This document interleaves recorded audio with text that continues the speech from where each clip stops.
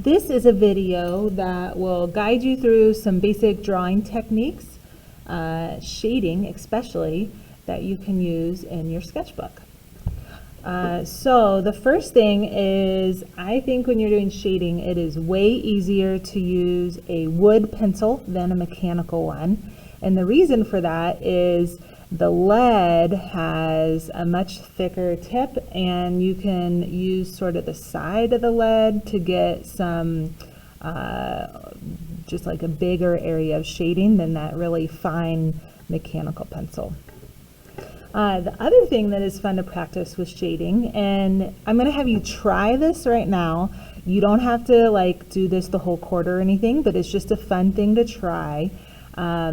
Usually when you're shading, it's better not to actually, what's the correct way to hold your pencil? It's better not to have like a death grip on your pencil like this, okay? You know, like when we write. You want to have your pencil a lot looser so that you can make really smooth movements.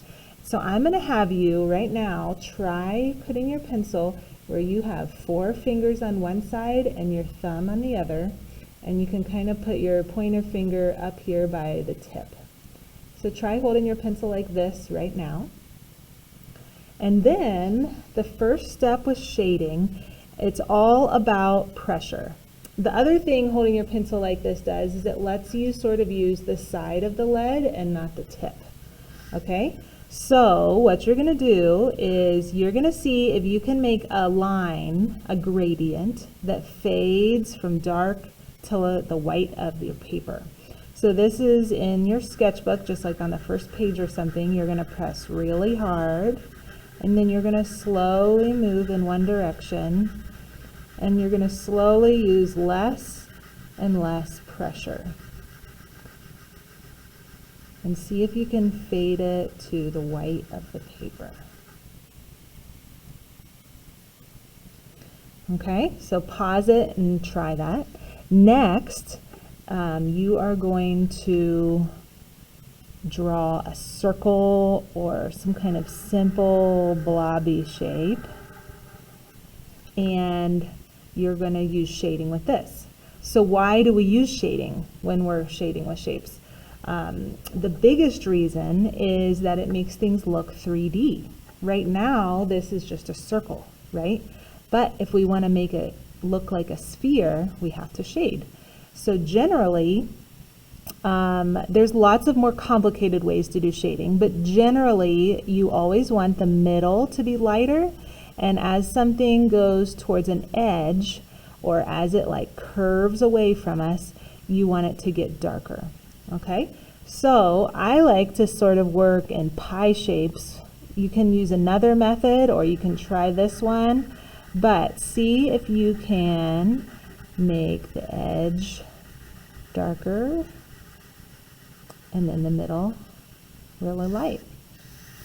And then instead of moving my hand in weird directions, I just spin the paper.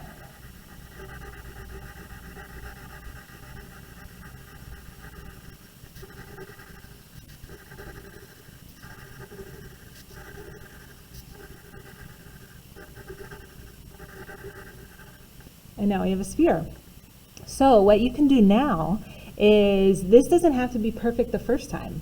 That's what's really nice about pencil. You can get your base shading on there, and then you can go back and kind of look at it, and you can maybe say, oh, like in this spot I need to fade it more smoothly. Or actually, let me do an example. Sometimes people end up with sort of like a really dark edge, something like this, that doesn't fade smoothly. See how like right here, and then maybe they'll do like this.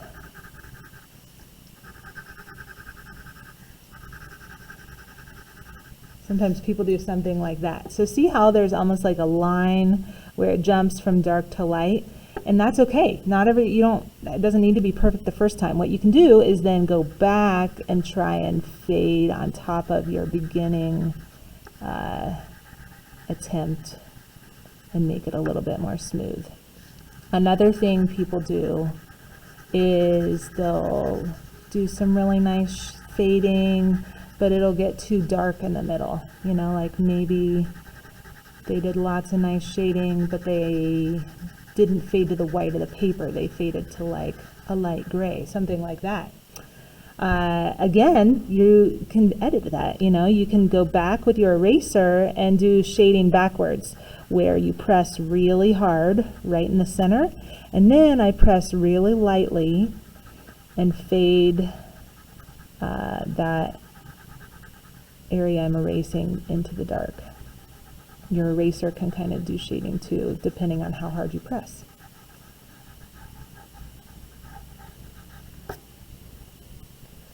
See, now these look like 3D spheres.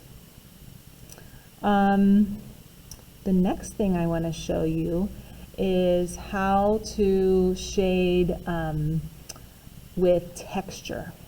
You know, so this would be an example of something that's like smooth and hard, right? Like an orange or an apple or a ball. But what about something like an animal paw, you know, like a something that's furry or has scales.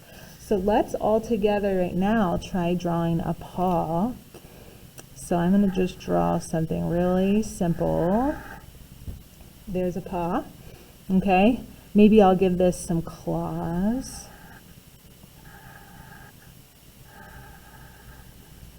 And we're going to do the same idea where we have the middle lighter and the edges darker. But instead of doing a smooth fade in how hard we press, we are going to do lines that get closer together and further apart and give the illusion of darkness and lightness. So I'm just going to kind of do zigzags to show the fur. And on the outer edge, I'm paying attention to the length and the direction that the fur kind of lays on the paw. And this is shorter fur, like a cat maybe.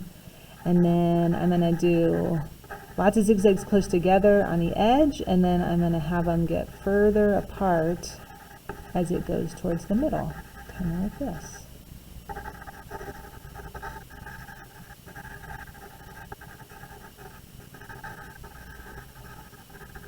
So see how this is the same idea? It gives the illusion that it's 3D, but instead of doing smooth shading, I have done lines. And then another way you could do that is like with scales. You know, you could draw a bunch of scales really close together on the edge, and then have them get further apart in the middle, or whatever texture you can think of.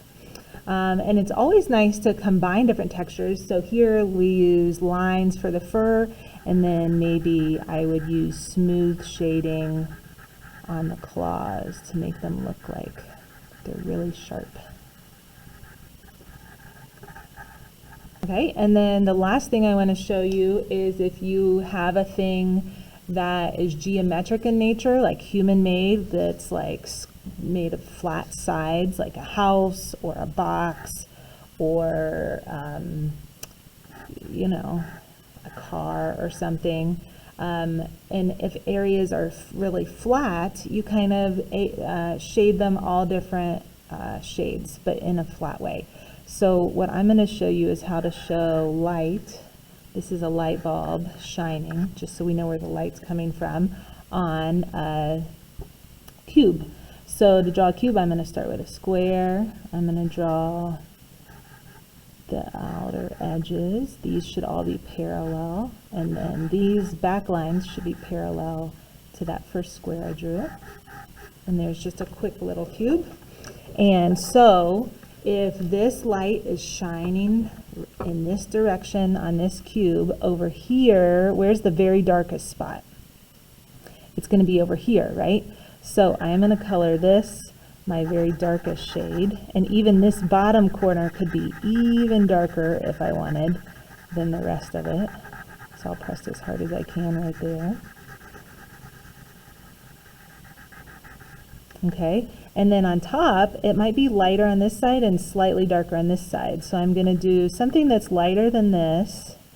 I'm going to sort of color medium in a straight line to light. And if you color in a straight line like that, it makes it look flat. And then on this thing, I'm going to do the same thing. So if the light's here, it'll be slightly darker here and slightly lighter. So I'm going to, again, keep it lighter than this one. And I'm going to fade in a straight line. Kind of like that.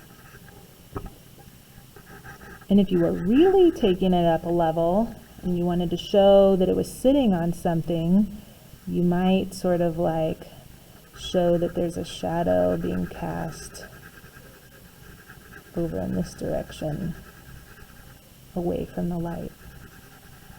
And now it looks like our cube is sitting on a table.